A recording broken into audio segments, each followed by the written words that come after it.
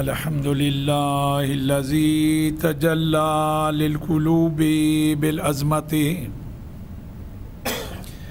واحتجب عن الأبصار بالعزة واقتدر على الأشياء بالقدرة والصلاة والسلام على أشرف الأنبياء والمرسلين حبیب الہنا و طبیب نفوسنا و شفیع ذنوبنا بالقاسم محمد صلی اللہ محمد و اہل بیتہ الطیبین الطاہرین المعصومین المظلومین ولعنۃ اللہ علی اعدائہم من یوم عداوتہم إلى قيام يوم الدين أما بعد فقد قال الله تبارك وتعالى في محكم كتابه أعوذ بالله من الشيطان اللعين الرجيم بسم الله الرحمن الرحيم وما خلقت الجن والإنس إلا ليعبدون وقال أيضا رسول الله صلى الله عليه وآله وسلم إن الحسين مصباح الهدى وسفينة النجاة بر محمد و آل محمد صلوات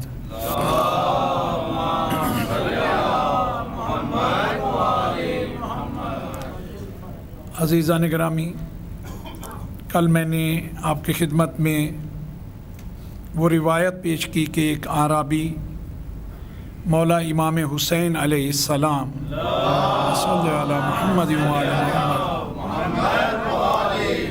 آپ کی خدمت میں آیا اور آ کے آپ کے جد کی ایک روایت بیان کی۔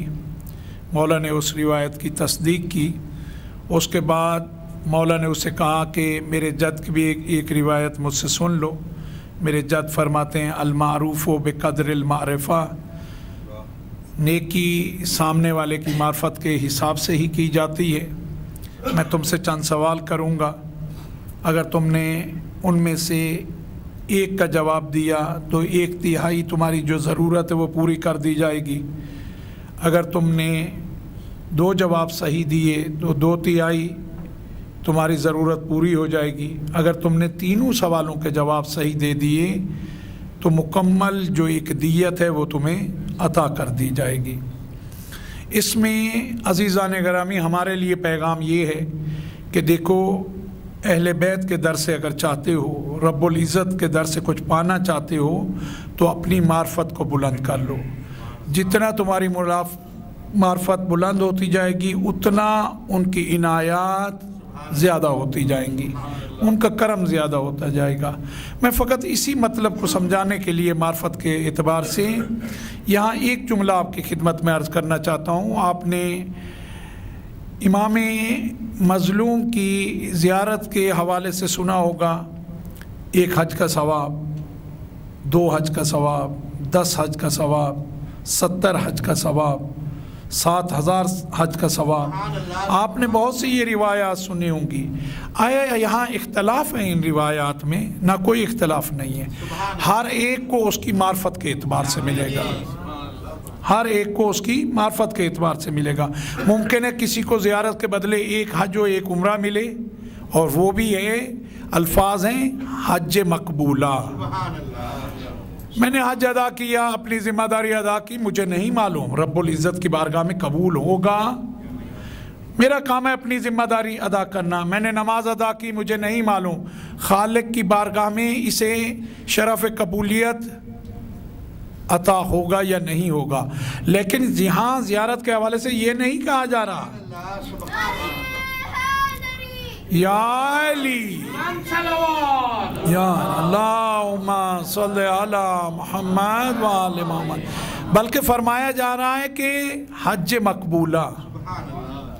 اگر 1 حج مقبولہ، 1 عمرہ وہ جو رب العزت کی بارگاہ میں قبول ہو، تو شان ہی اس زیارت کی کچھ اور ہے۔ یہ جو اس کے علاوہ ہے کہ اتنی تعداد میں حتیٰ ایک مقام پہ پیغمبر اکرم حضرت محمد صلی اللہ علیہ وآلہ وسلم فرماتے ہیں میرے ساتھ ادا کیا ہوا حج، میرے ساتھ، اور آگے بڑھ کے فرماتے ہیں میرے حج کا ثواب۔ یعنی پیغمبر اکرم سے خوبصورت انداز میں تو کوئی حج ادا کر ہی نہیں سکتا۔ مکمل معرفت، مکمل کمال جسے آپ کہہ سکتے ہیں نا، اس کی جو آخری حد ہے، سرور کائنات اگر حج کا میرے حج کا ثواب، ایک بلند صلوات اللہم صلی علی محمد وآل محمد۔ جب جس روایت میں یہ ہے نا کہ میرے حج کا، وہاں حج مقبولہ نہیں ہے۔ میرے ایک ساتھی کہنے لگے یہاں حج مقبولہ نہیں ہے۔ میں نے کہا اگر رسول کا حج قبول نہیں ہونا پھر کس کا حج قبول ہونا ہے؟ پیغمبر اکرم نے جب فرما دیا میرے حج کا، وہ بھی ایک نہیں، وہ روایت ہے 90 تک۔ وہ کسی وقت موقع ہوا عرض کروں گا، فقط سمجھانا یہ چاہ رہا ہوں، معرفت جتنا بڑھتی جائے گی عنایات اتنی بڑھتی جائیں گی۔ کل میں نے آپ کی خدمت میں عرض کیا، جب سوال پہلا کیا کہ افضل ترین عمل کون سا ہے، بہت سے اعمال ہیں جو فضیلت رکھتے ہیں، لیکن افضل ترین، ان سب سے بہتر عمل کون سا ہے؟ تو اس نے جواب دیا الایمان باللہ، رب العزت کی ذات پہ ایمان لانا۔ آپ مسکرائے، آپ نے کہا تمہارا جواب بالکل صحیح ہے۔ پھر دوسرا سوال آپ نے کہا کہ مشکلات میں اگر انسان گھر جائے، نجات کا بہترین رستہ کون سا ہے؟ اس نے کہا التوکل علی اللہ۔ آپ نے کہا یہ جواب بھی تمہارا صحیح ہے۔ تیسرا میں نے آپ کی خدمت میں عرض کیا کہ مولا نے پوچھا مرد کے لیے بہترین زینت کیا چیز ہے؟ میں نے آپ کی خدمت میں عرض کیا بہت سی چیزیں ذہن میں آتی ہیں۔ ایک مرد کے لیے اس کی اولاد، اس کے لیے زینت ہے، اس کا مقام و رتبہ اس کے لیے زینت ہے، اس کا بینک بیلنس ممکن ہے اس کو زینت سمجھا جائے، اس کی گاڑی ممکن ہے اس کو زینت سمجھا جائے، اس کا قصر نما گھر ممکن ہے زینت سمجھا جائے، اس کے دوست ممکن ہے اس کے لیے زینت سمجھے جائیں کہ کیا بہترین دوست ہیں، یہ دوست اس کی زینت ہے۔ ممکن ہے بہت سی چیزیں زینت ہو سکتی ہیں، لیکن مولا نے کہا کہ مرد کے لیے بہترین زینت۔ آپ دیکھیں، آپ اور میں اس بات کو سمجھیں کہ مولا کے نزدیک بہترین زینت آپ کو اور مجھے اپنانے کے لیے مولا کیا پیغام دینا چاہتے ہیں؟ اس نے کہا مولا العلم معہ حلم۔ اس نے کہا مولا مرد کے لیے جو بہترین زینت ہے، وہ ساری چیزیں زینت ہوں گی، اولاد زینت ہوگی، اس کی عبادت کی زینت ہوگی، اس کے دوست زینت ہوں گے، اس کا بینک بیلنس زینت ہوگی، اس کی گاڑی اچھی اس کے لیے زینت ہوگی۔ کہا سب یہ زینت ہیں، لیکن حسین کے نزدیک، مولا کے نزدیک کہا العلم معہ حلم۔ علم خالی علم نہیں ہے، اس کے ساتھ بردباری بھی ہونی چاہیے، کیونکہ اگر علم آ جائے اور بردباری نہ ہو، حتیٰ امام سے حاصل کیا ہوا علم ہو، کسی اور سے نہیں، حتیٰ امام نے عطا کیا ہو، تب بھی اگر بردباری نہیں ہو تو پھر کہتے ہیں کہ دیکھو جیسے جعفر کرتے ہیں اس کے الٹ کرتے جاؤ۔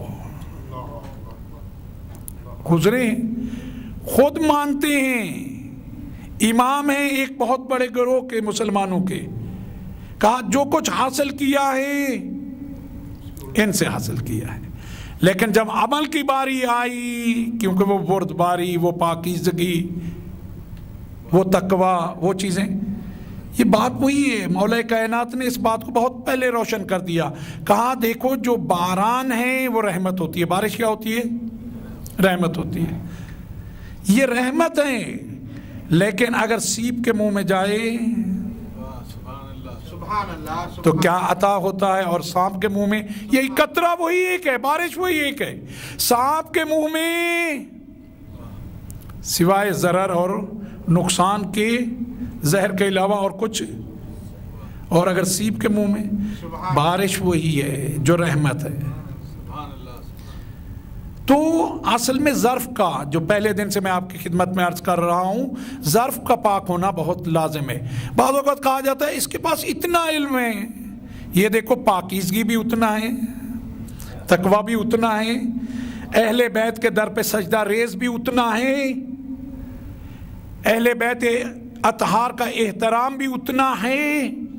اگر ہے تو یہ علم فائدہ دے گا، نہیں تو یہ ضرر کے علاوہ خود بھی ڈوبے گا، اور جو اس کی کشتی میں سوار ہوگا سب کے سب غرق ہونے کے علاوہ اور کوئی چارہ نہیں ہوگا۔ کیا فرمایا؟ العلم معہ علم۔ عزیزان گرامی، میں کہتا ہوں جتنا دین اسلام نے علم کے بارے میں تاکید کی ہے، کسی دین و مذہب نے اتنا تاکید نہ کی ہوگی۔ پیغمبر اکرم حضرت محمد صلی اللہ علیہ وآلہ وسلم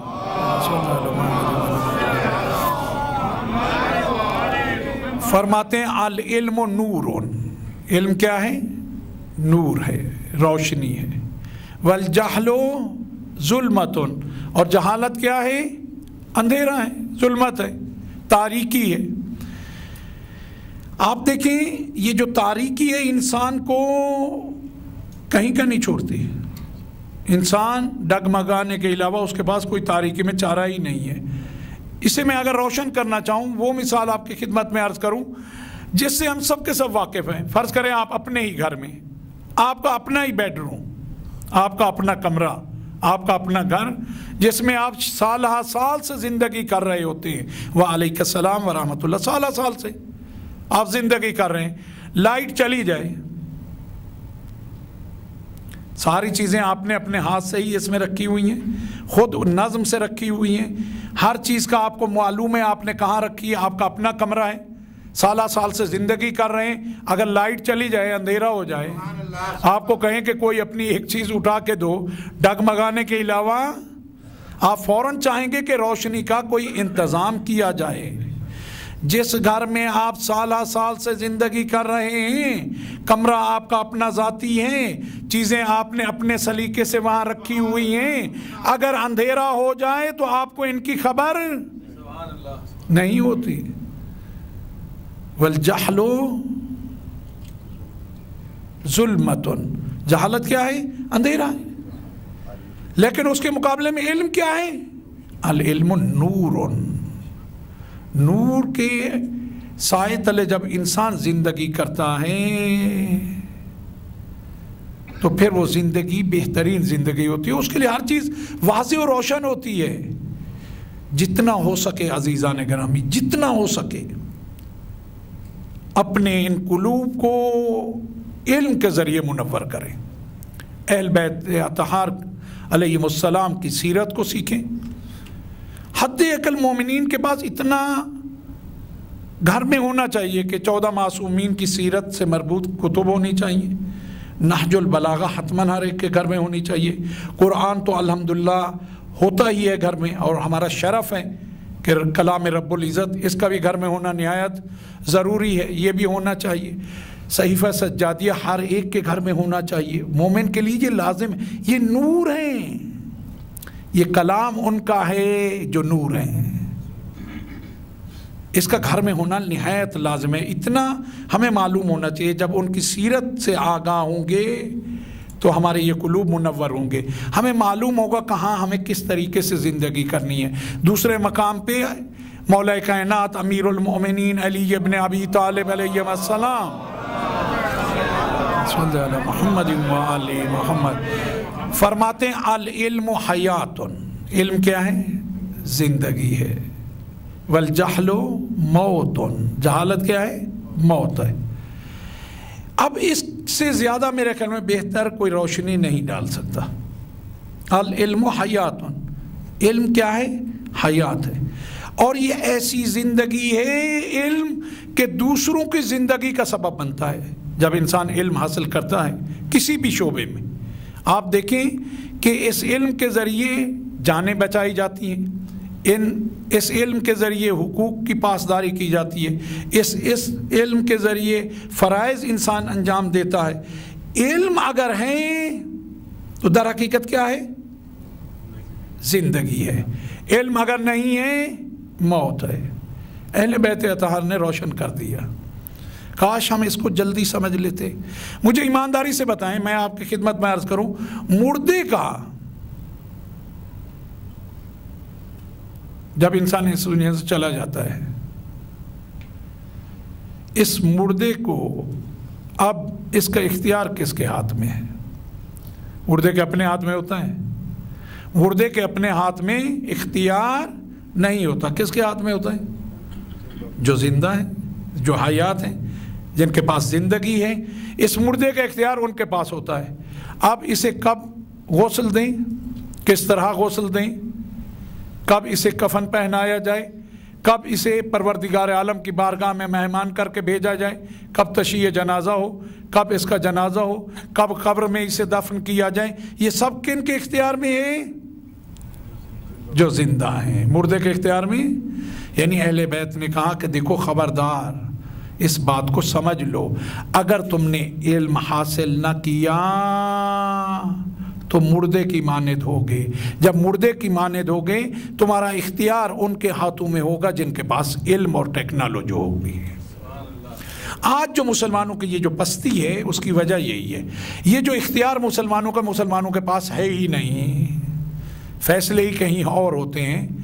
اس میں ادھر ادھر جھگڑنے کی بجائے، شور کرنے کی بجائے، نعرے بازی کرنے کی بجائے، خودارا علم حاصل کریں۔ علم وقت مزید ضائع نہ کریں، جتنا ضائع ہو چکا، علم حاصل کریں، اور وہ بھی اہل بیت کے ماننے والوں کے پاس جو سرچشمہ علم ہے۔ اس کائنات میں جتنے بھی علوم ہیں، آپ ان علوم کی تاریخ کو دیکھ لیں، مولا کائنات کے علاوہ ان کو عطا کرنے والا اور کوئی نہیں ہے۔ جن کے مولا سرچشمہ علوم ہوں، کوئی اور پیچھے رہ جائے کوئی مسئلہ نہیں ہے۔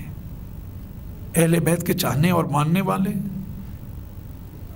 یہ خالی کھلے بعض اوقات جو نعرے بازی ہیں نا، اس کا کوئی فائدہ نہیں ہے۔ اہل بیت اطہار بھی اسے پسند نہیں کرتے۔ علم حاصل کریں، علم جتنا علم حاصل کرتے جائیں گے اتنے زندگی کے اعتبار سے طاقتور ہوتے جائیں گے۔ جتنا علم کم ہوں گے اتنا مردگی ہوگی، اتنا اختیار دوسرے کے پاس ہوگا۔ اگر بالکل علم حاصل نہ کیا، پھر مکمل اختیار کس کے پاس ہوگا؟ وہ جو زندہ ہیں علمی اعتبار سے، جن کے ہاتھ میں علم ہے، ٹیکنالوجی ہے، پھر اختیار ان کے پاس ہوگا، خواہ نہ خواہ، چاہتے نہ چاہتے ہوئے۔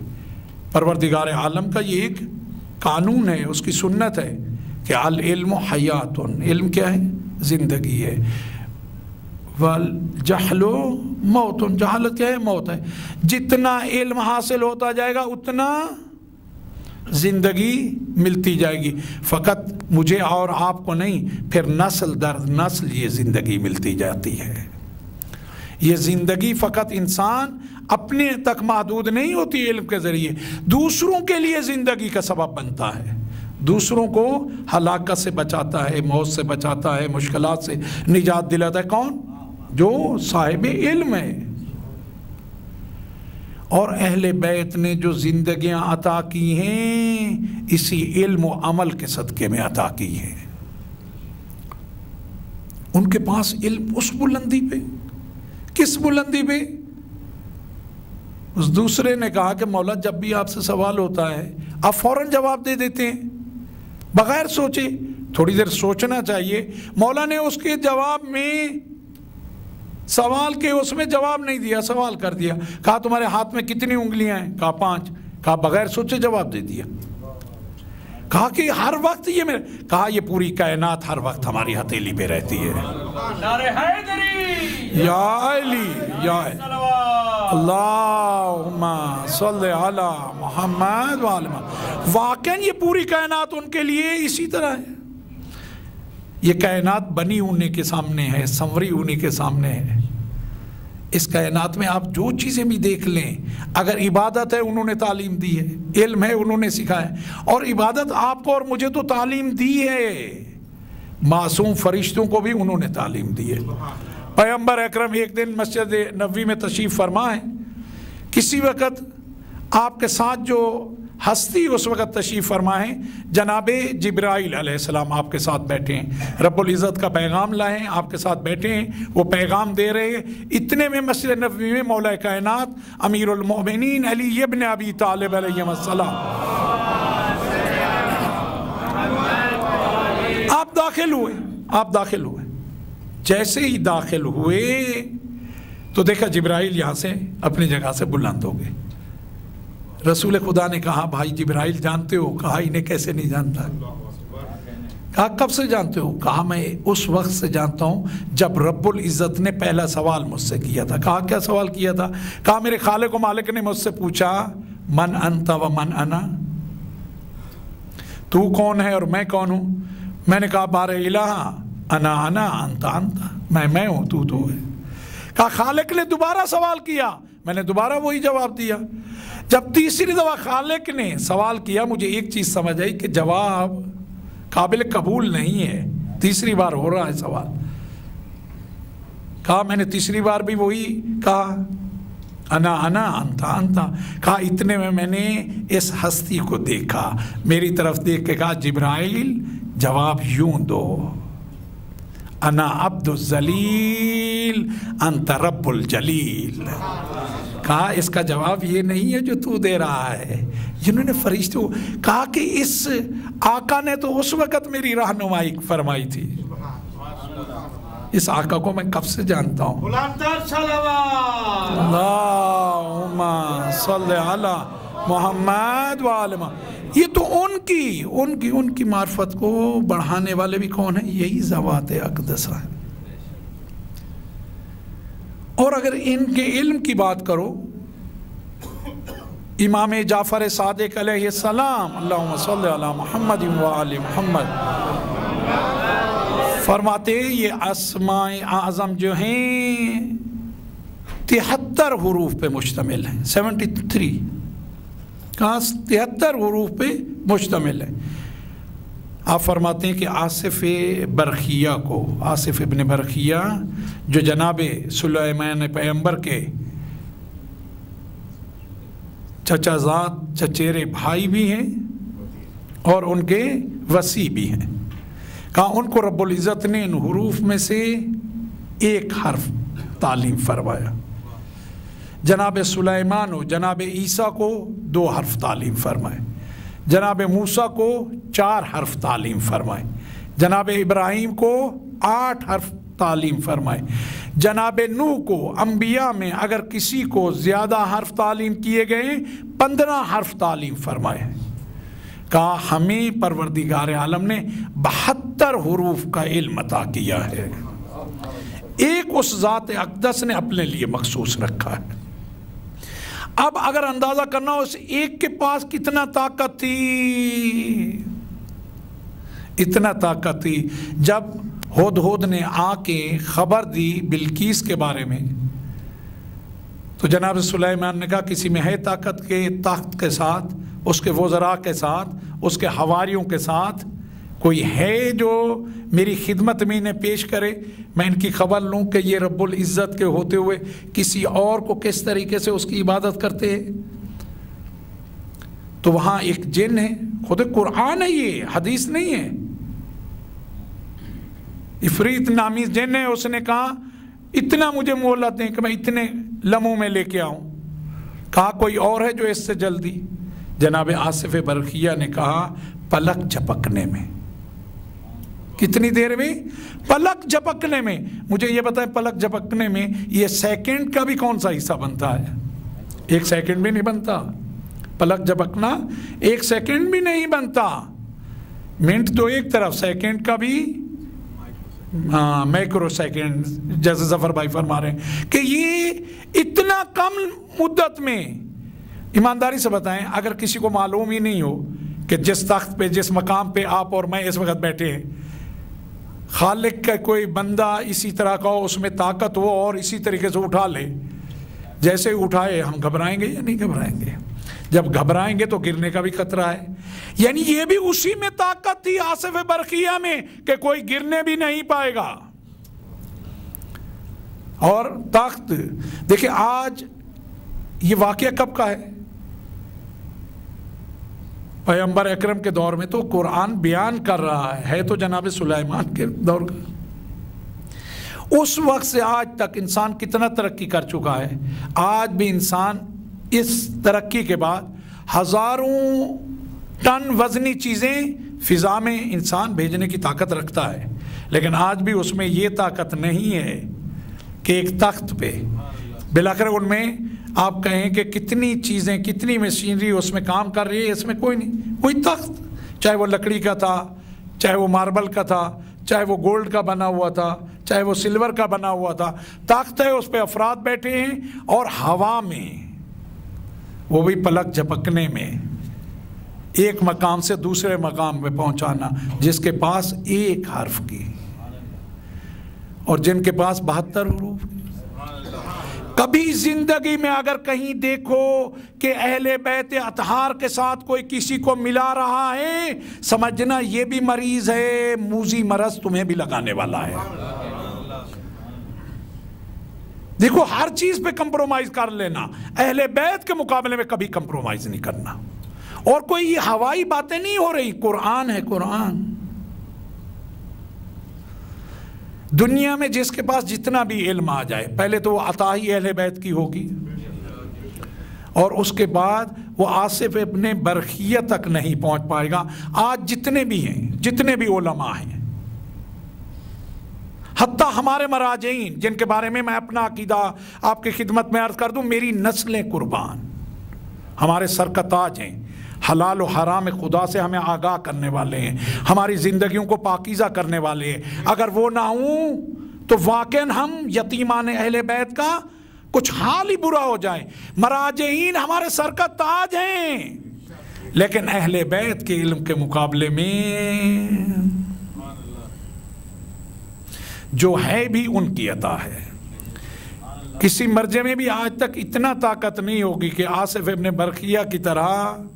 ہاں مراجعین میں یہ طاقت ہے، الحمدللہ، یہ ہمیں فخر ہے کہ ایک جگہ سے دوسری جگہ منتقل ہونا، طی الارض. کتنے ہمارے علماء ہیں الحمدللہ، انہیں رب العزت نے یہ عطا کیا ہوا ہے.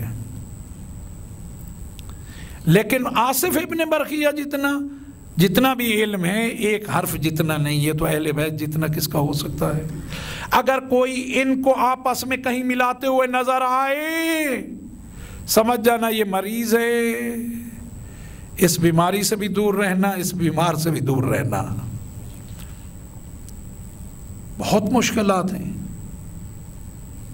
کوئی اہل بیت کے بتائے ہوئے فرامین پہ عمل کر کے متقی ہو سکتا ہے، مومن ہو سکتا ہے، امیر المومنین نہیں ہو سکتا. تو ان باتوں کو ہمیشہ مد نظر رکھیے گا. ان کے علم کی بات ہی کیا ہے؟ جتنا بھی کائنات میں علم ہے یہ ہماری کوتاہی ہے، ہمیں ان سے حاصل کرنا تھا. انہوں نے تو اس دور میں کہا پوچھو پوچھو جو پوچھنا ہے پوچھو. میں زمین سے زیادہ آسمان کی، کسی نے کہا زمین سے زیادہ، کہا ہے وہیں کی مخلوق تو وہیں سے زیادہ آشنا ہوگی نا. جہاں کے ہیں جو عرش،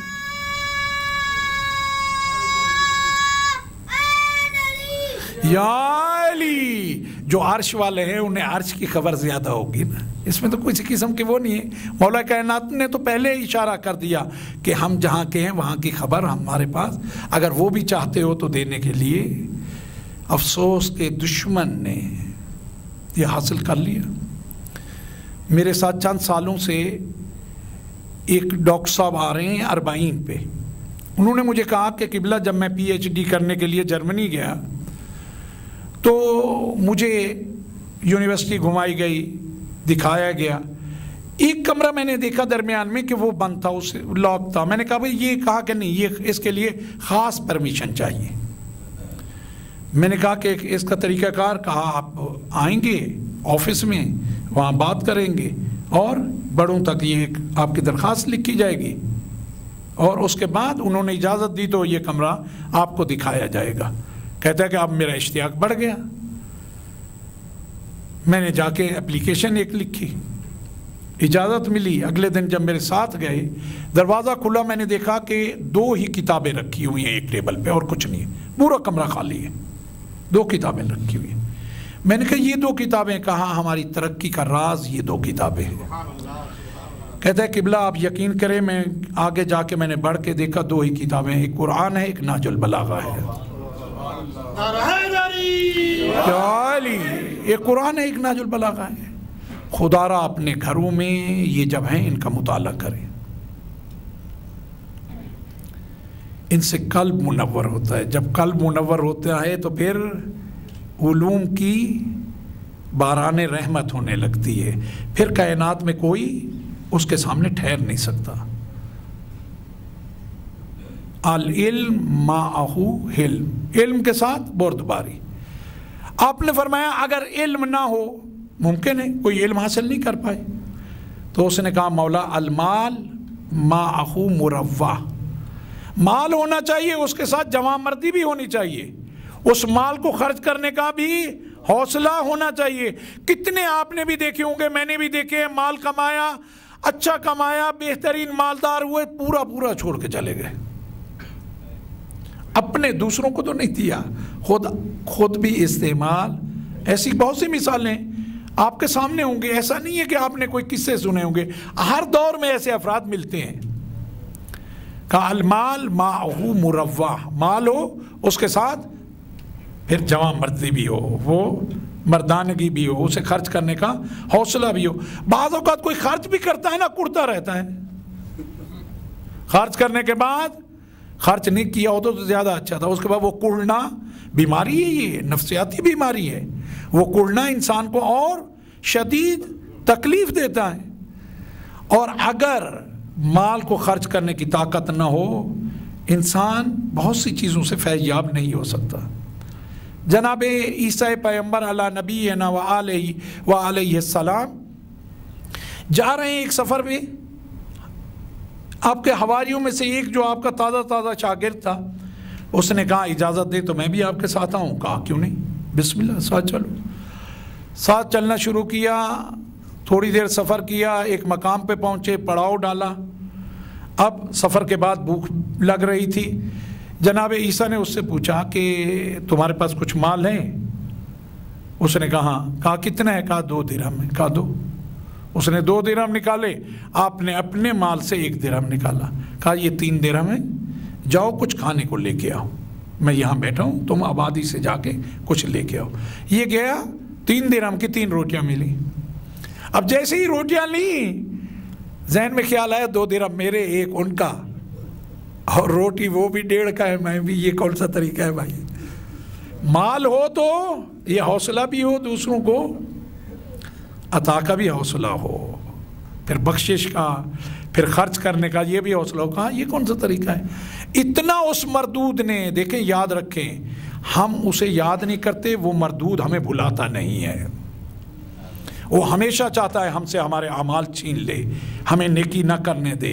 اب ایمانداری سے بتائیں، اگر کوئی کسی کے ہاں وقت کا پیغمبر، وقت کا امام مہمان نہ ہو جائے، اس سے کوئی بہتر، اس سے کوئی بابرکت۔ اب اس کے پاس در حقیقت وقت کے پیغمبر مہمان ہوئے ہیں، خدا کا شکر ادا کرنا تھا، بار الہ آج یہ مال صحیح جگہ پہ، لیکن اس نے کہا کہ اگر اس نے کھلا دیا اور دل سے کھلا دیا، اس کی معرفت بڑھ جائے گی، اس کا میرا آئندہ حملہ کرنا اس پہ میرے لیے آسان، یہ قوی ہو جائے گا، شیطان نے کہا مانوی اعتبار سے مضبوط ہو جائے گا۔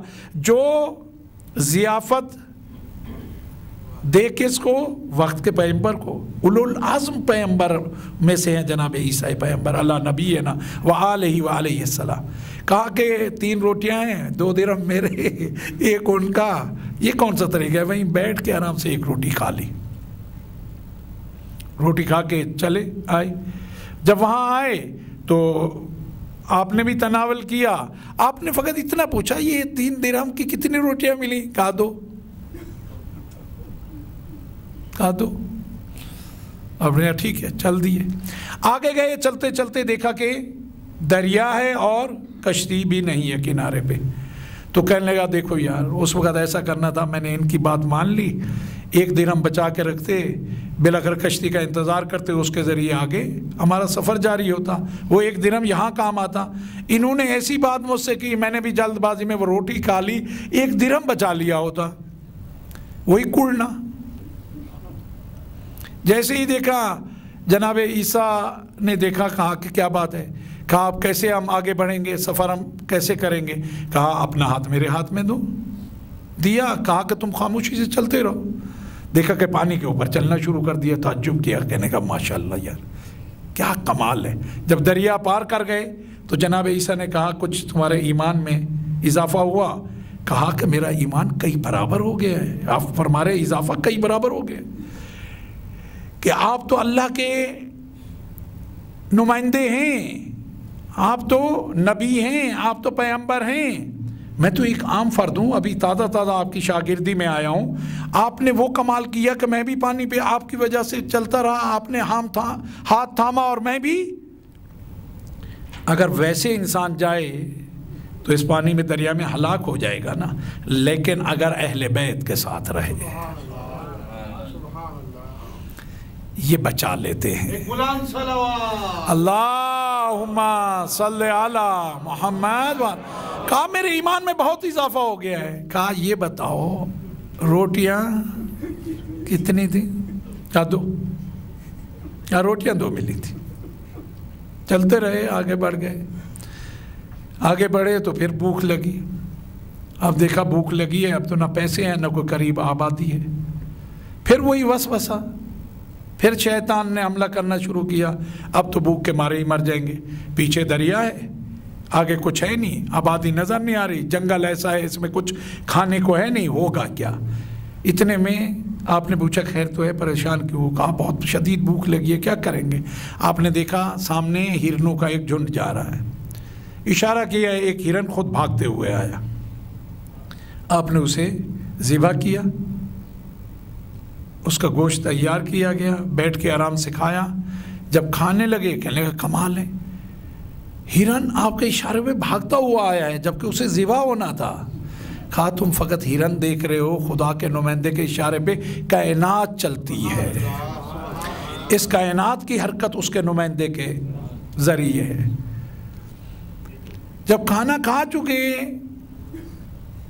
تو جناب عیسیٰ نے وہ جو کھال ابھی رکھی تھی اس کے اوپر ہاتھ رکھا، تھپکی دی، دیکھا دوبارہ ہرن، کھا پی بھی چکے اور ہرن بھی دوبارہ، جیسے ہی دیکھا وہ زندہ ہوا، یہ اور حیران ہوا۔ آپ نے اشارہ کیا، وہ دوبارہ اپنے جھنڈ کی طرف دوڑتا ہوا نکل گیا۔ کہنے لگا اب ایمان میں کچھ اضافہ ہوا؟ کہا کہ اضافہ، میری تو اصل کیفیت اور ہے، یہ چیزیں تو میں تصور نہیں کر سکتا تھا، اپنی آنکھوں سے دیکھ رہا ہوں، خود میں نے غذا کھائی ہے، پہلے آپ نے اشارہ کیا وہ آپ کی طرف دوڑتا ہوا آیا، ہم نے غذا کھا لی، اس کے بعد آپ نے ایک تھپکی دی کھال کو، دوبارہ وہ زندہ ہو گیا، پھر آپ نے اسے اشارہ کیا، آپ کے اشارے پہ دوبارہ اپنے جھنڈ کی طرف چلا گیا۔ کیا بات ہے، ایمان تو میرا اب ٹھاٹھے مار رہا ہے نا۔ ہاں میرے ایمان میں بہت اضافہ ہو گیا۔ کہا یہ بتاؤ کہ وہ 3 درہم کی روٹیاں کتنی ملی تھی؟ یعنی اس میں آپ کے لیے میرے لیے اشارہ ہے کہ دیکھو اگر ایک دفعہ غلطی ہو گئی ہو تو دوبارہ نہ کرنا، وہ ہر چیز سے واقف ہے، وہ بہت کریم ہے، کوئی غلطی ہو گئی، خطا ہو گئی، کو مولا خطا ہو گئی ہے، اس کو آگے اگر جانے دو گے تو پھر نور نہیں آئے گا، وہیں مان لے گو تو اگلے مرلے میں یہ ایمان واقع نور کا سبب بنے گا، نہیں تو سنتے رہو گے نور کا سبب نہیں بنے گا۔ کہا ایمان، کہا کہ وہ 3 درہم کی روٹیاں، کہا 2 ملی تھی۔ چلتے گئے، جب آگے گئے تو دیکھا جنگل میں ایک جگہ سونے کی 3 اینٹیں پڑی ہیں، دیکھا خوش ہو گئے۔ جناب عیسیٰ نے کہا کہ فلاں جگہ تم اگر تھوڑا سا پتوں کو ہٹاؤ تو یہاں خدا کی طرف سے خزانہ ہے۔ دیکھا 3 سونے کی اینٹیں، اٹھا لی۔ جناب عیسیٰ نے ایک اسے دی، ایک اپنے پاس رکھی، کہا یہ تیسری اس کی ہے جس نے تیسری روٹی کھائی ہے۔ کہا کہ میں بہت شرمندہ ہوں آپ سے، وہ روٹی میں نے کھائی تھی۔ جناب عیسیٰ نے وہ اینٹ تو دی، اپنی اینٹ بھی اٹھا کے اسے دے دی، کہا ھذا مقام فراق، یہاں تمہاری میری جدائی کا وہ ہے، تم نے اس مال کی خاطر ہم سے حق و حقیقت کو چھپاتے ہوئے اس مال کی خاطر. کہا یہ بھی تمہاری ہوئی, وہ 2 تمہاری ہوئی, یہ میرے حصے والی بھی تمہاری ہوئی. اب یہ خود چاہ بھی یہی رہا ہے. جیسی چلنے کی باری آئی تو کہا کہ یہ اگر ہم آگے گئے تو کوئی ہمیں لوٹ لے گا. کہا پھر رکھ لو, مجھے تو آگے جانا ہے, میرا خزانہ تو کچھ اور ہے آگے. کہا پھر میں ان کو لے کے واپس گھر کی طرف چلا جاؤں. کہا بالکل چلے جاؤ, مجھے کوئی وہ نہیں ہے, مجھے آگے جانا ہے. اب اس کو سنبھالے ہوئے بیٹھے ہیں. تھوڑی دیر کے بعد ڈاکوؤں کا گزر ہوا. انہوں نے جیسے ہی دیکھا قریب آئے. کہا کیا ہے تمہارے پاس؟ کہا کچھ نہیں. کہا بتاتے ہو یا نہیں؟ آخر انہوں نے دیکھ لیا, سونے کی 3 اینٹیں, وہ بھی 3 تھے. انہوں نے ایک ایک بانٹ لی, اس کو مار دیا. وہی موقع پہ یہ مال جس میں اہل بیت اطہار کی طرف سے برکت نہ ہو ہلاکت کا سبب بنتا ہے. اسے مار دیا. ان تینوں نے ایک ایک تقسیم کر لی. تقسیم کرنے کے بعد انہوں نے کہا بھوک لگی ہے. ایک کو کہا تم کھانا لے آؤ پھر آگے چلیں, آج تو سالہ سال کا ہمیں مل گیا ہے. وہ ایک کھانا جب لینے گیا, ان 2 نے فیصلہ کیا کہ جب یہ واپس آئے تو اسے مار ڈالنا ہے, تاکہ یہ اس کا حصہ بھی کیا ہو, ایک کی بجائے ہمارے پاس 1.5 ہو جائے. یہ مال بہت خطرناک ہے. اور وہ جو کھانا لینے گیا اس نے رستے میں یہ فیصلہ کیا کہ اس میں زہر ملاؤں گا, یہ دونوں بھی میری ہو جائیں گی. اس نے کھانا لیا, اس میں زہر ملایا, آیا. جیسی آیا انہوں نے تو نہ آؤ دیکھا نہ تو, اسے مار دیا. اس کے بعد آرام سے چین سے بیٹھ کے کھانا کھانے لگے. کھانا کھایا تو یہ بھی. جناب عیسیٰ جب پلٹے دیکھا کہ اسی مقام پہ 4 افراد پڑے ہیں, ان کے لاشیں گندیدہ حالت میں پڑے ہیں. کہا کہ یہ دنیا اس طرح کرتی ہے اپنے چاہنے والے کے ساتھ. المال معه مروہ. کہا اگر کسی کے پاس علم نہ ہو پھر مرد کے لیے زینت کیا ہے؟ کہا پھر مال ہونا چاہیے. یہ آپ کے اور میرے لیے تعلیم ہے کہ دیکھو اگر علم حاصل نہیں کر سکے ہو پھر مال حاصل کرنے کی ضرور کوشش کرنا, لیکن مال پاکیزہ ہونا چاہیے. وہ جو تمہارے لیے نجات کا سبب بنے, تمہارے لیے ہلاکت کا سبب نہ بنے. مولا نے فرمایا اگر مال بھی نہ ہو کسی کے پاس, کہا مولا الفقر معه صبر. پھر یہ ہے کہ فقر تو ہے ہی, مال نہیں ہے تو فقر ہے. اس فقر کے ساتھ صبر ہونا چاہیے, کیونکہ اگر فقر کے ساتھ صبر نہ ہو پھر یہاں سے بہت سی برائیاں شروع ہوتی ہے. رشوت یہیں سے شروع ہوتی ہے, میرے پاس نہیں ہے کہیں سے لے آؤں. دھوکہ یہیں سے شروع ہوتا ہے, دوسرے کے مال لوٹنے کا یہیں سے کہانی شروع ہوتی ہے. حسد یہیں سے شروع ہوتا ہے. بہت سی بیماریاں پھر انسان کو لگتی ہیں. کہا اگر فقر ہے تو پھر صبر بھی ہونا چاہیے. اور یقین جانے انسان اگر صبر کرے تحمل کرے, ان اللہ مع الصابرین, خالق صبر کرنے والوں کے ساتھ ہے, پھر انسان کے لیے کوئی اتنی مشکل نہیں ہوتی. ہم غور کریں اپنی زندگی میں, نہیں ہے تو صبر نہیں ہے.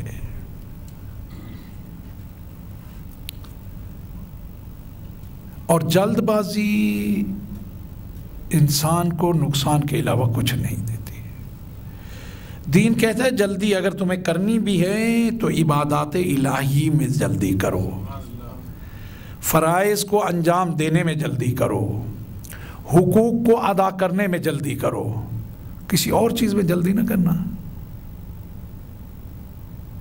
کسی اور چیز میں جلدی کی تو سوائے نقصان اور خسارے کے اور کچھ نہیں ملے گا. کہا فقر معه صبر. پھر صحیح ہے, فقر تو ہے ہی, اگر مال نہیں ہے تو پھر پروردگار عالم صبر عطا کرے. مولا نے فرمایا اگر کسی کے پاس صبر نہ ہو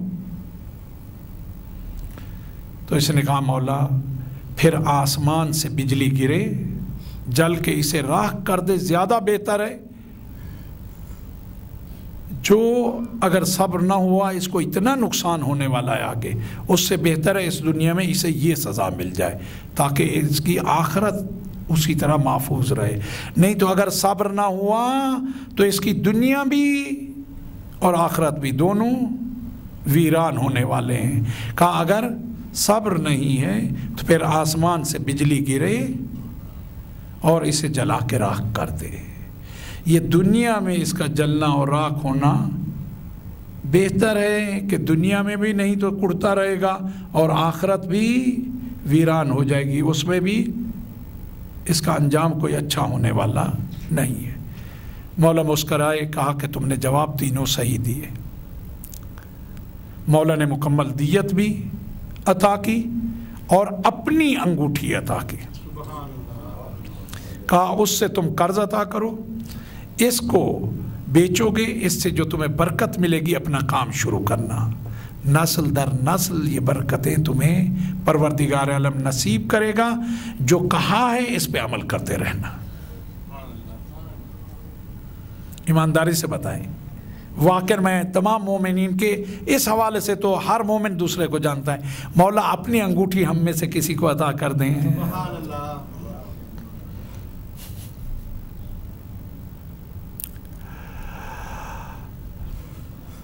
رہتی دنیا تک اس نسلوں میں وہ برکت باقی رہے گی، ایمان ہے میرا۔ مولا نے یہ جو تعلیم دی ہے ہم اس پہ عمل کریں، وہ برکتیں انشاءاللہ ہمیں حاصل ہوں گی۔ مجھے کسی مومن نے آج فون کر کے کہا کہ اگر ہو سکے جناب عباس کے مصائب پڑھ دیں۔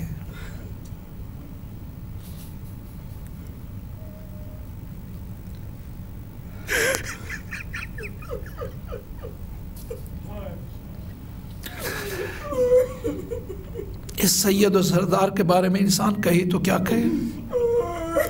کربلا کے بعد جب یہ لوٹا ہوا قافلہ مدینہ میں پہنچا ہے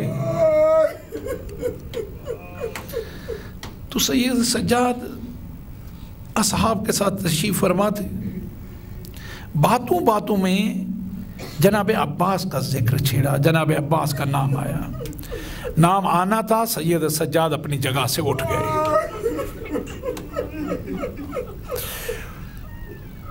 سید سجاد علیہ السلام کا اٹھنا تھا، جس نے نام لیا وہ کہتا ہے کہ میں نے کہا کہ مولا کافی دیر سے بیٹھے تھے، سستانے کے لیے اٹھے ہیں یا جناب عباس کے احترام میں اٹھے ہیں؟ کہنے لگا میرے ذہن میں یہ ایک بات آنے لگی کہ جناب عباس کا مقام بہت بلند ہے، لیکن آپ وقت کے امام ہیں، آپ معصوم ہیں، آپ کا مقام و درجہ زیادہ بلند ہے۔ کہتے ہیں میرے ذہن میں یہ خیال آیا، لیکن اگلے مرلے میں نے کہا کہ انہوں نے کیا جناب عباس کا احترام ہے۔ کہتا ہے میں نے خود جان بوجھ کے باتوں باتوں میں دوبارہ جناب عباس کا نام لیا۔ کہتا ہے میرا نام لینا تھا، میں نے دیکھا سید سجاد علیہ السلام دوبارہ اپنی جگہ سے بلند۔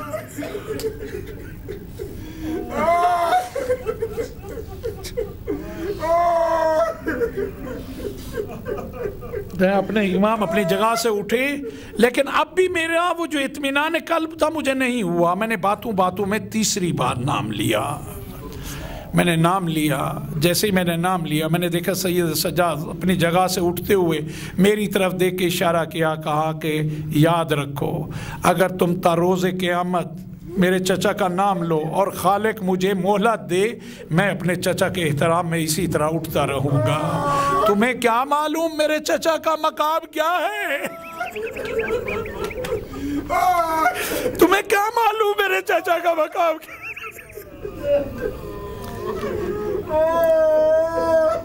عباس سب کی آس ہے، مومنین کی بھی آس ہے۔ میں ہمیشہ عرض کیا کرتا ہوں کہ جب کسی بھی مومن پہ، کسی بھی انسان پہ مشکل وقت آتا ہے وہ اہل بیت کے در پہ جاتا ہے۔ یہی ہے نا، جب ہم پہ مشکل آئے ہم کہاں جاتے ہیں؟ اہل بیت کے۔ ہمیں تعلیم یہی دی ہے ہمارے آبا و اجداد نے کہ مشکل آئے تو کہاں جاؤ؟ جناب عباس کے پھریرے کو پکڑ لو، اہل بیت کے در پہ جاؤ۔ کہا کہ جب کسی پہ مشکل آتی ہے اہل بیت کے در پہ جاتے، جب اہل بیت پہ مشکل آتی ہے عباس کے در پہ۔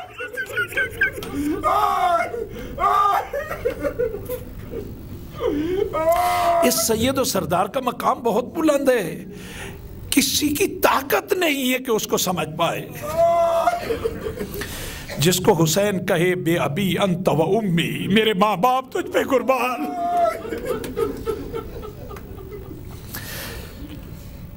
جس کو جناب زہرا یہ کہہ کے گئی ہوں کہ میرا بیٹا ہے، وہ اس کا نام بھی عباس رکھنا اور کہنا ماں سلام کہہ رہی تھی.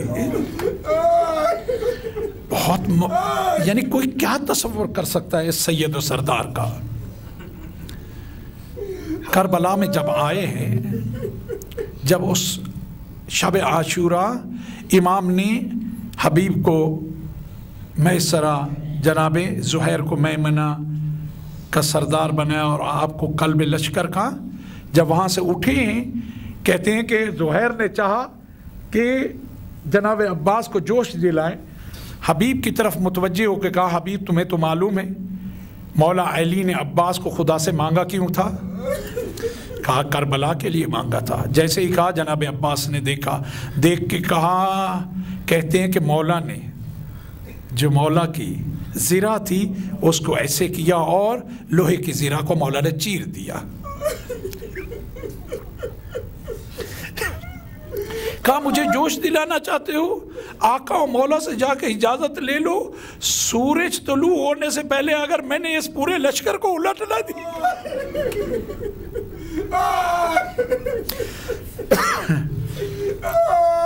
کربلا میں جب تک عباس ہیں اہل بیت اطہار مطمئن ہیں. جیسے جنگ شروع ہوئی مولا نے کہنا شروع کیا کہ مولا مجھے بھیجے.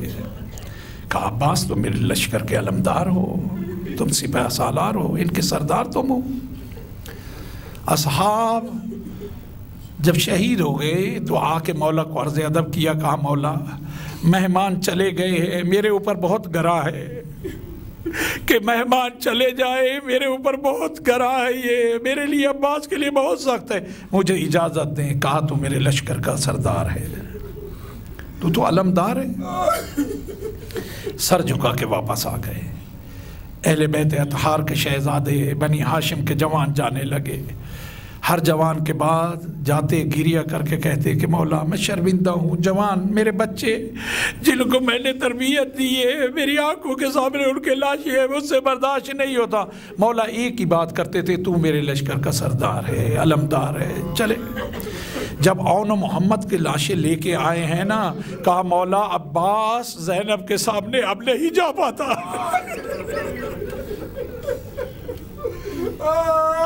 مولا میں اب شہزادی کے سامنے نہیں جا پاتا، سر جھکا کے گزر جاتا ہوں، اون و محمد کے لاشیں دیکھتا ہوں، ارے میں نے تو ان کی خود تربیت. قاسم کا لاشا جب آیا کہا مولا میں اپنے بڑے سردار کے آگے شرمندہ ہوں، میں زندہ ہوں اور میرے آقا حسن کے بیٹے کا لاشا. مولا ایک ہی جملہ کہتے کہ تو ہی تو علمدار ہے. چلے جاتے. کہتے ہیں کہ اب جب کوئی نہیں رہا اب آئے. کہا کہ مولا اب مجھے اجازت دے. کہا تو میرے لشکر کا علمدار ہے. کہا مولا وہ لشکر کہاں ہے جس کا میں علمدار ہوں؟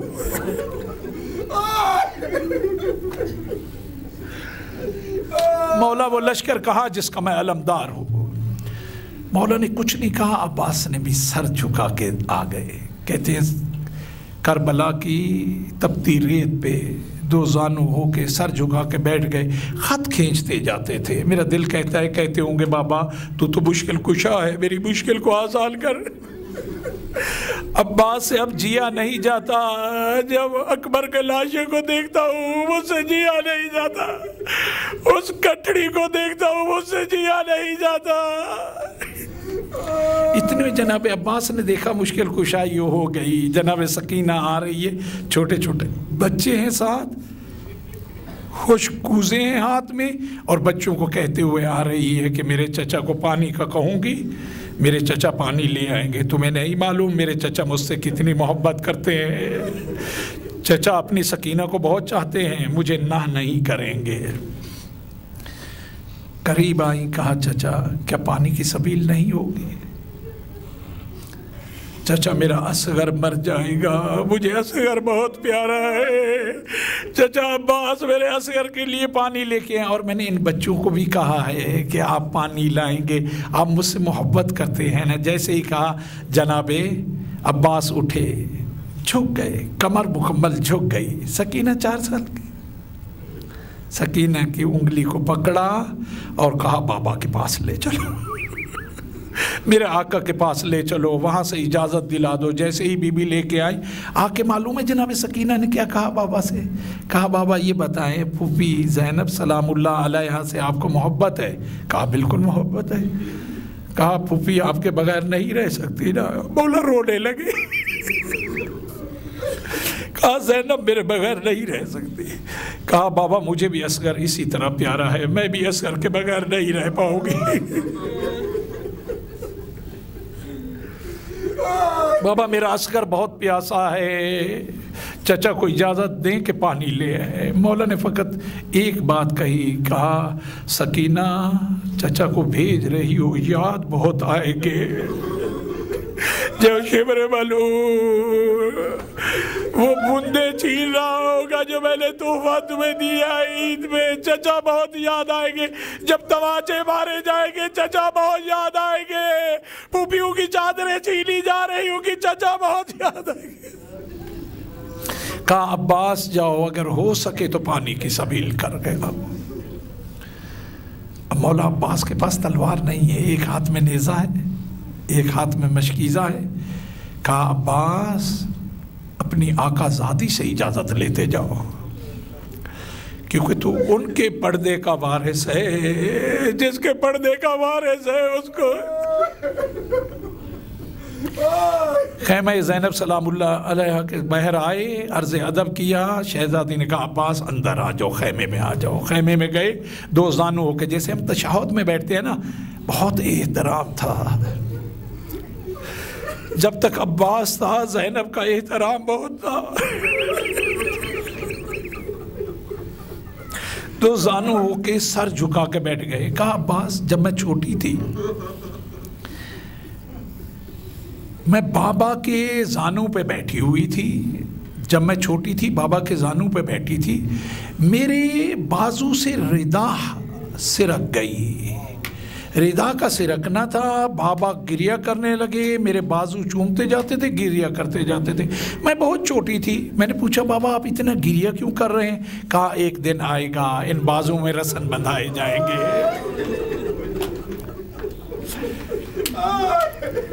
ایک شہر سے دوسرے شہر قیدی بنا کے تجھے شرابیوں کے مجمع میں درباروں میں لے جایا جائے گا۔ میں سوچتی تھی بابا جو کہہ رہے ہیں صحیح ہے، لیکن عباس جب تجھے دیکھتی تھی میں کہتی تھی کس میں طاقت ہے۔ آج مجھے یقین ہو گیا۔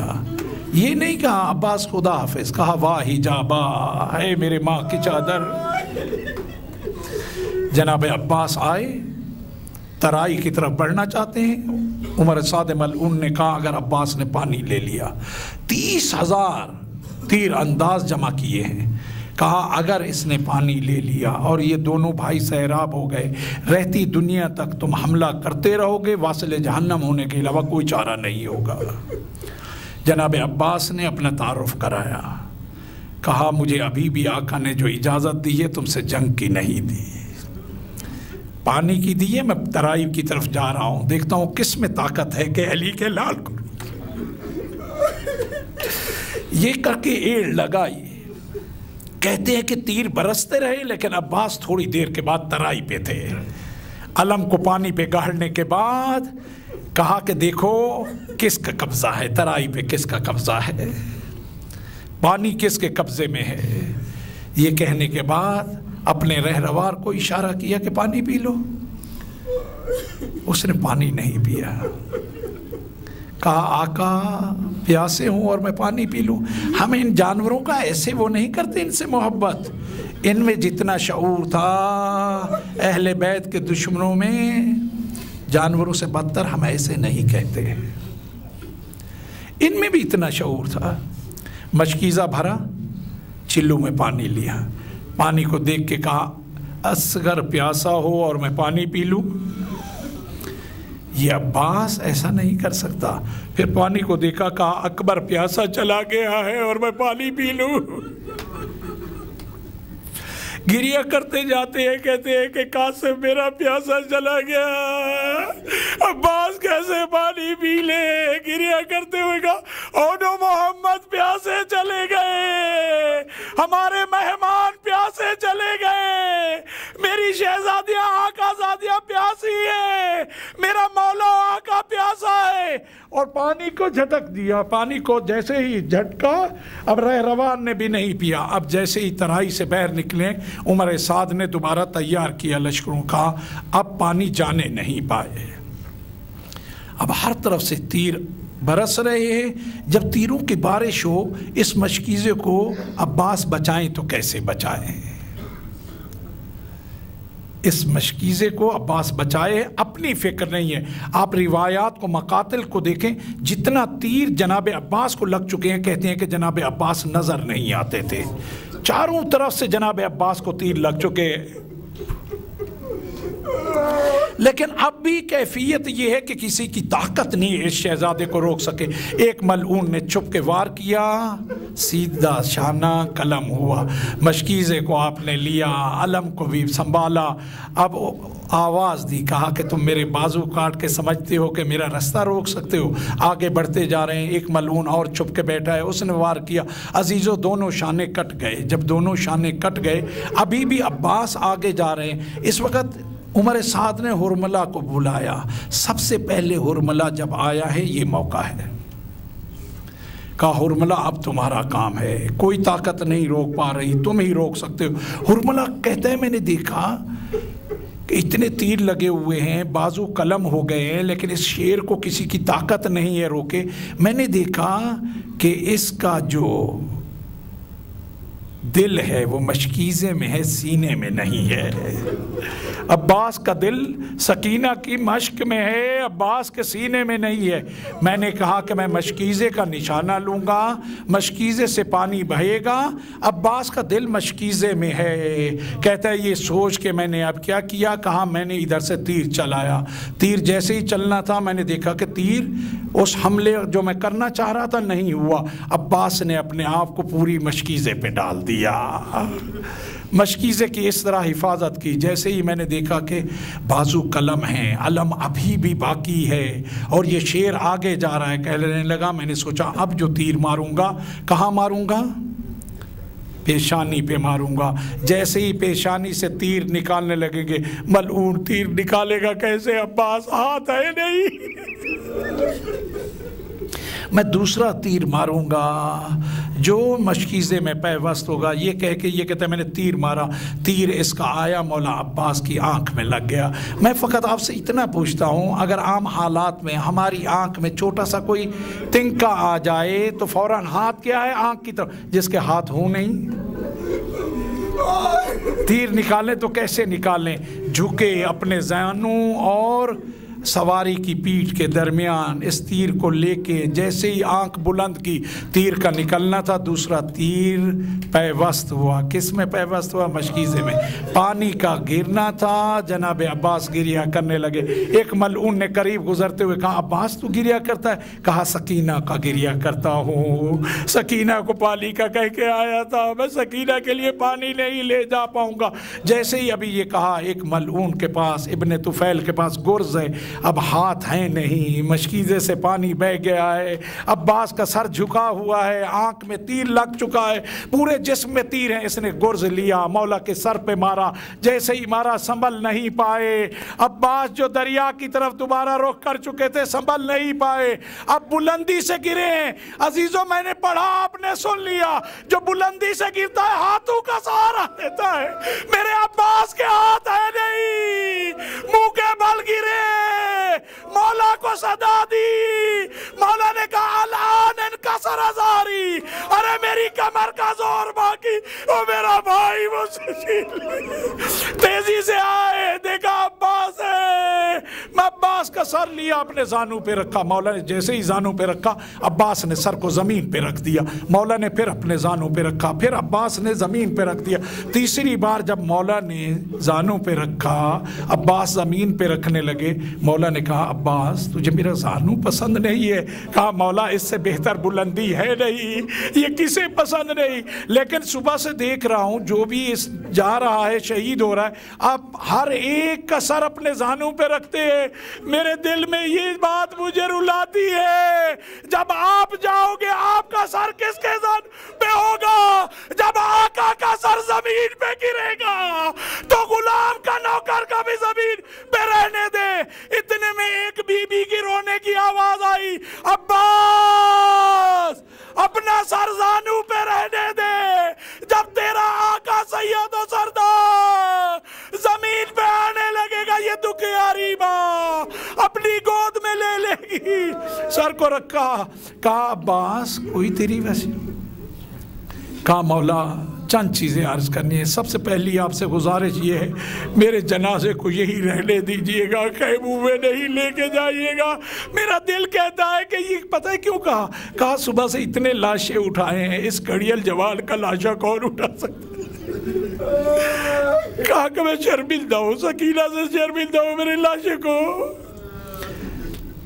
مولا نے کہا عباس اور کوئی بات؟ کہا مولا دوسری بات یہ ہے جب دنیا میں آیا تھا سب سے پہلے آپ کی زیارت کی تھی, جاتے ہوئے چاہتا ہوں آپ کی زیارت کرو. آقا کو تکلیف نہ دیتا لیکن آقا ایک آنکھ میں خون ہے ایک میں خاک ہے, اگر ان کو آپ خاک و خون کو ہٹا دے میں آپ کی زیارت کر کے جانا چاہتا ہوں. مولا نے اپنی عبا سے آنکھوں کو جیسے ہی صاف کیا مولا کو آنکھیں کھول کے دیکھ کے پتہ ہے عباس نے کیا کہا؟ واہ مظلومہ واہ حسینہ. کہا عباس میری بھی ایک خواہش ہے, تیرے بچپن سے چاہتا ہوں کہ تو مجھے بھائی کہہ کے بلائے. تیرے منہ سے بھائی مجھے بہت سننے کی خواہش ہے, مجھے بہت اچھا لگے گا, لیکن آج تک تو نے مجھے بھائی نہیں کہا, ہمیشہ آقا کہا. آج اس مظلوم کی اتنا مان لے, آخر میں تیرے لبوں سے اپنے آپ کو بھائی سننا چاہتا ہوں. جیسے ہی کہا کہ بابا سے وعدہ کیا تھا, کہا کہ اس مظلوم کی یہ بات رکھ لو. نجف کا رخ کر کے کہا بابا میں آقا کی بات کو ٹال نہیں پاؤں گا. ادھر سے جیسے ہی بھائی کہنا تھا ادھر سے مولا نے علم کو اٹھایا. علم کو آتے ہوئے سکینہ نے دیکھا, بچوں کو کہا میں نہ کہتی تھی میرے چچا پانی لائیں گے, دیکھو میرے چچا آ رہے ہیں. لیکن جب آگے مولا بڑھے دیکھا علم آیا عباس نہیں آیا. جیسے ہی کہا بابا میرے چچا کہاں رہ گئے, آپ نے وہ خیمہ جو عباس کا تھا اس کے عمود کو گرا دیا. بیبیاں گریا کرنے لگی, واہ حجابہ واہ عباسہ. مولا نے نوحہ پڑھتے ہوئے کہا عباس جب تک تو تھا یہ بچے سکول سے سوتے تھے, آج کے بعد یہ بچے سو نہیں پائیں گے. الا لعنت اللہ علی القوم الظالمین سیعلم الذین ظلموا ای منقلب ینقلبون. بسم اللہ الرحمن الرحیم. اللہم صلی علی محمد وآل محمد. اللہم صلی علی محمد وآل محمد. اللہم صلی علی محمد وآل محمد. بار الہ ہمارے اس قلیل توسل کو اپنی بارگاہ میں قبول فرما.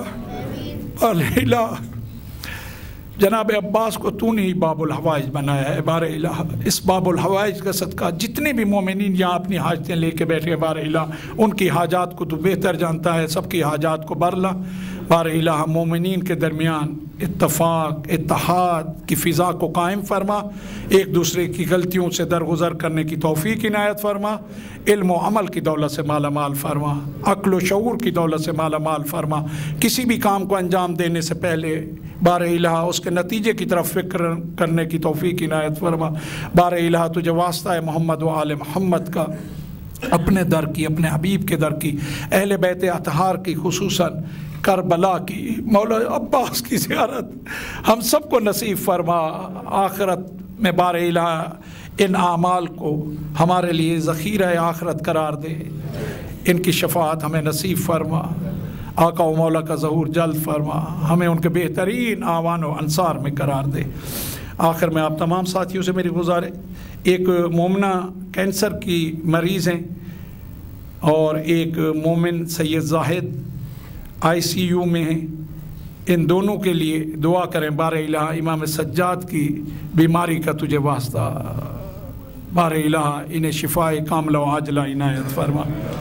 آخر میں آپ ساتھیوں سے سورہ فاتحہ کی التماس ہے، اپنے مرحومین کو یاد کرتے ہوئے، وہ جنہیں کوئی یاد کرنے والا نہیں رہا انہیں یاد کرتے ہوئے، تمام علماء، مراجعین، ہر وہ فرد جو کسی بھی اعتبار سے دین کی خدمت کر کے جا چکا ہے، ان سب کو یاد کرتے ہوئے، شہداء کو یاد کرتے ہوئے، اور جو میں نام لے رہا ہوں ان مرحومین کو یاد کرتے ہوئے، مرحوم علی میاں ابن احمد حسین مرزا، مرحوم سید ہاشم رضا قبلہ جعفری صاحب، اور جملہ مومنین و مومنات کے مرحومین۔ بسم اللہ الرحمن الرحیم، الحمدللہ رب العالمین، الرحمن الرحیم، مالک یوم الدین، ایاک نعبد و ایاک نستعین، اہدنا الصراط المستقیم، صراط الذین انعمت علیہم غیر المغضوب علیہم ولا الضالین۔ بسم اللہ الرحمن الرحیم، قل هو اللہ احد اللہ الصمد، لم یلد ولم یولد ولم یکن له کفوا احد۔ بسم اللہ الرحمن الرحیم، قل هو اللہ احد اللہ الصمد، لم یلد ولم یولد ولم یکن له کفوا احد۔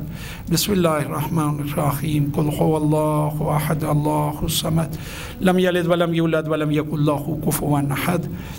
بر محمد و آل محمد صلوات۔ ماتم حسین یا حسین۔